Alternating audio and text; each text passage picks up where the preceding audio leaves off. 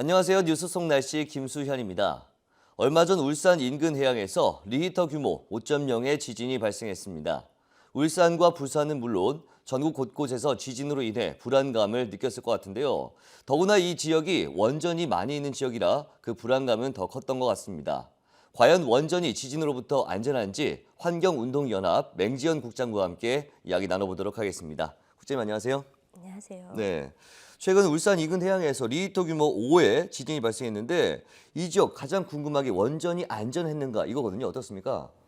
네, 지난 5일 오후 8시 33분 울산 동쪽 52km 해역에서 규모 5.0 지진이 발생했습니다. 부산과 울산 등지에서 강한 진동이 5에서 7초 정도 지속되었고요. 건물의 흔들림이 느껴질 정도로 강한 지진이었습니다. 진원지와 멀리 떨어진 전국 곳곳에서도 지진을 느꼈다는 시민들의 제보가 잇따랐습니다. 이번 지진은 우리나라가 1978년 지진 관측을 시작한 이래로 5번째로 규모가 큰 지진에 해당합니다. 최초 지진이 발생한 이후에 여진도 발생해서 많은 분들이 불안하게 밤을 지샐 수밖에 없었던 것 같습니다.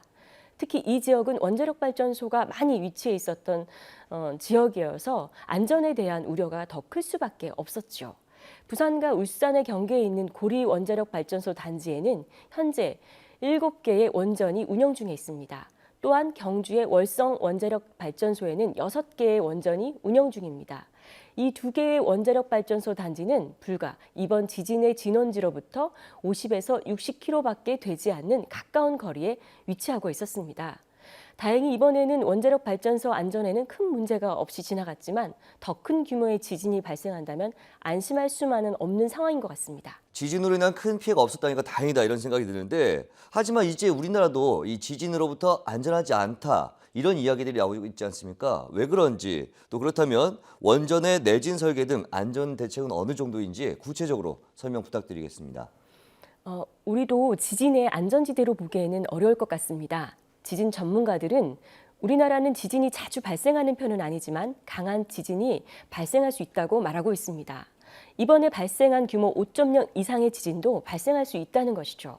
각종 연구들을 보면 우리나라에서도 규모 7.0 이상의 지진도 발생할 수 있다고 보고되고 있습니다. 역사적으로 또 강진이 일어났다는 기록이 있는데요. 신라시대의 경주에서 지진으로 가옥이 파괴되고 100명의 사망자가 발생한 것과 조선왕조실록에서는 울산에서 지진으로 땅이 갈라지고 가옥이 무너졌다는 기록도 있습니다. 조선왕조실록과 승정원 일기에서는 그 부산의 지진 피해를 상세하게 기록하고 있는데요. 1643년 부산 동래 지진이 발생했는데 산속 바위돌이 무너져 내리고 초계에서는 마른 하천에서 흙탕물이 솟아오르고 바위가 굴러 떨어져 2명이 깔려 숨지고 땅이 10길 정도 열렸다고 묘사하고 있습니다. 문제는 이러한 지진이 발생할 수 있는 울산단층, 양산단층, 그리고 일광단층 등 활성단층이 현재 원자력 발전소가 많이 위치한 동남권에 몰려 있다는 점입니다. 또한 해양 쪽의 활성단층은 아직 조사가 많이 되어 있지 않아서 불확실성도 큰 문제가 있습니다. 리히터 규모 1.0 차이는 32배 정도의 에너지 차이가 나는데요. 이번에 발생한 지진 규모와 발생 가능성이 있는 7.0과는 약 1000배라는 큰 에너지 차이가 난다고 합니다. 우리나라도 빈도는 낮지만 발생 가능성 지진의 규모가 7.0 이상이기 때문에 지진 피해에 대해서 안심하고 있을 수만은 없는 것 같습니다. 원자력 발전소는 지진에 대해서 물론 내진 설계를 반영하고 건축하고 있는데요. 우리나라 원자력 발전소의 내진 설계는 집안 가속도 기준으로 보면은 오래된 원전은 0.2G 그리고 신규 원전은 0.3G로 되어 있습니다. 0.2G를 리히터 규모로 환산하면 6.5이고요. 0.3G는 7.0 정도에 해당합니다. 그동안 환경연합을 비롯해서 환경단체들은 발생 가능한 지진에 비해서 충분한 대비가 되어 있지 않다는 문제를 지적해왔습니다. 한반도 동남 지역은 육지에서나 바다에서 활성단층이 다수 분포하고 있고 지진도 자주 일어나고 있기 때문입니다. 활성단층이기 때문에 지진 발생 가능성이 높고 강진의 위험도 배제할 수 없다 이런 말씀이신 것 같은데 이야기를 들으니까 지진과 해일로 발생했던 일본 후쿠시마의 사고가 떠오릅니다. 최근에 통과된 신고리 원전 5호기와 6호기 있지 않습니까? 이건 어떻습니까? 안전한가요?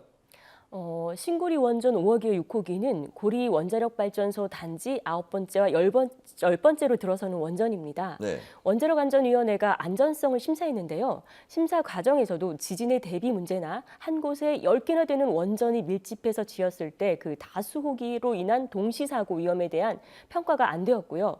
대비도 부족하다는 지적이 있었습니다. 그런데 원자력 안전위원회에서는 지난 6월 23일 건설 허가를 표결로 결정하였습니다. 전 세계적으로 한국의 고리 원자력 발전소 단지처럼 한 군데에 10개의 원전이 위치해 있는 경우는 유례가 없다고 합니다. 한국은 많은 원자력 안전에 관한 기준을 미국의 규정을 따르고 있는데요. 미국의 경우에는 대부분 한 부지당 2개에서 3개의 원전만을 있을 뿐입니다. 지진에 대한 대비의 경우도 나라마다 내진 설계가 각 나라의 지진 재해 발생을 예측하여 다르게 적용하고 있습니다. 지진이 자주 강하게 발생하는 일본의 경우가 대표적인 사례인데요. 지진에 잘 대비한 나라로 알려져 있었지만 후쿠시마 사고처럼 예상보다 강한 지진과 그리고 쓰나미가 발생했을 때 사고를 피할 수 없었습니다. 문제는 원자력 발전소가 밀집해 있는 지역이 부산과 울산 등 대도시라는 점인데요. 고리 원자력 발전 단지만 해도 반경 30km 안에 380만 명이 살고 있습니다. 이는 후쿠시마의 22배에 해당하는 인구 규모이고요. 산업단지와 항만시설 등 국가의 중추시설이 위치해 있는 것도 큰 문제입니다. 그런데 원전 부지 평가 과정에서 지진으로 인한 재해 분석이 과소평가되고 대비가 충분하지 않은 상황입니다. 네, 그럼 궁금해지는 게 원전 개발을 추진할 때 내진 설계라든지 인구 밀집 등 안전에 대한 대책 수립을 할 수 없을 만큼 지금 우리나라가 에너지 수급이 부족한 상황인 건가요? 아닙니다. 정부는 전력 수요가 2014년에는 4.1%, 2015년에는 4.3% 증가할 것으로 전망했지만 실제 전력 수요량은 2014년 0.6%, 그리고 2015년에는 1.3%에 그치고 있습니다. 또한 조선, 철강, 화학 등 전력 다소비 업종의 경우 최근 불황과 구조조정에 직면해 있습니다. 따라서 더 이상 위험을 감수하면서 대규모 원자력 발전소를 계속해서 확대할 필요가 없는 상황입니다. 네, 그렇군요. 그럼 마지막으로 지진으로부터 이 원전의 위험을 줄이기 위해서 어떻게 하는 것이 좋을지 한 말씀 부탁드리겠습니다. 우리나라는 현재 25개의 원자력 발전소가 있고요. 국토 면적 대비 원자력 발전소의 밀도가 세계 1위입니다. 여기에 더해서 원자력 발전소가 밀집한 남동부 지역은 과거 진도 7.14에서 7.45의 지진이 일어난 지역이지만 해저 단층 등 관련 조사가 매우 미흡한 실정입니다. 높은 원자력 발전소의 밀도와 그리고 가밀한 주변 인구, 국가 시설, 산업 시설 등을 고려한다면 중대 사고로 인해 중대 사고가 발생할 경우 후쿠시마와 비교할 수 없을 정도로 위협적인 상황입니다.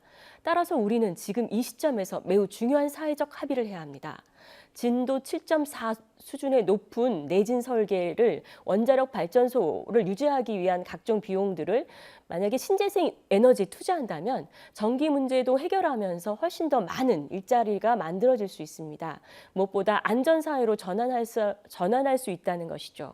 이것이 바로 후쿠시마 사고의 교훈이 아닐까 생각합니다. 네, 그렇군요. 오늘 말씀 고맙습니다.